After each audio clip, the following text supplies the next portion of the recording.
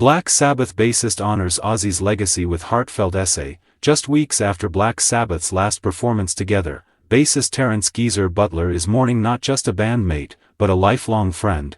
In a heartfelt essay published by the Sunday Times, Butler, also 76, shared emotional memories of his 57-year friendship with Ozzy Osbourne, which began in 1968 when they co-founded the legendary rock band alongside Tony Iommi and Bill Ward. Osbourne passed away on July 22 at age 76. Only 17 days after their final gig, "I wasn't prepared to see how frail he was," Butler says. "I am so privileged to have spent most of my life with him," Butler wrote. "Of course, there are millions of things I will think of that I should have written. But how can I sum up 57 incredible years of friendship in a few paragraphs? God bless, Oz, it has been one hell of a ride. Love you." The tribute also revealed Osbourne's declining health leading up to the band's July 5 farewell show at Villa Park in Birmingham, a fitting full-circle moment, since both Osbourne and Butler grew up near the stadium, so it was quite fitting for Ozzy and Black Sabbath to end the long journey from our beginning in 1968 to our final show back in Aston at Villa Park, Butler wrote. "I didn't realize then that I would never see Ozzy again after that night."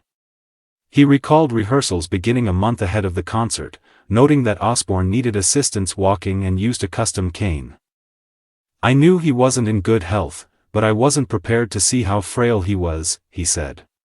He was helped into the rehearsal room by 2 helpers and a nurse and was using a cane. Being Ozzy, the cane was black and studded with gold and precious stones.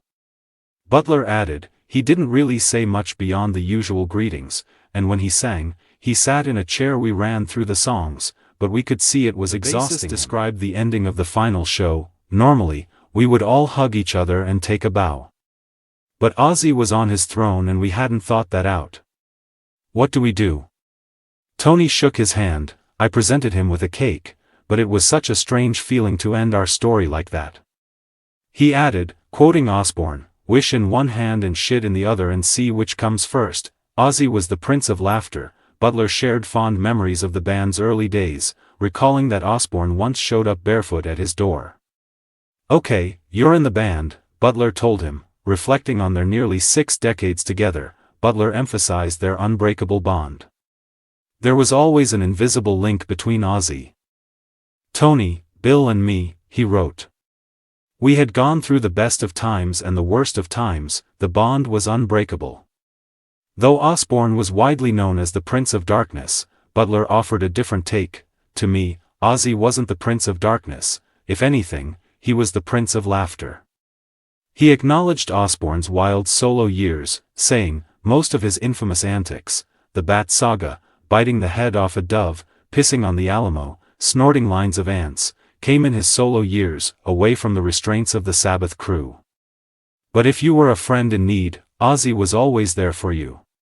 One such moment came when Butler's son was born with a heart defect.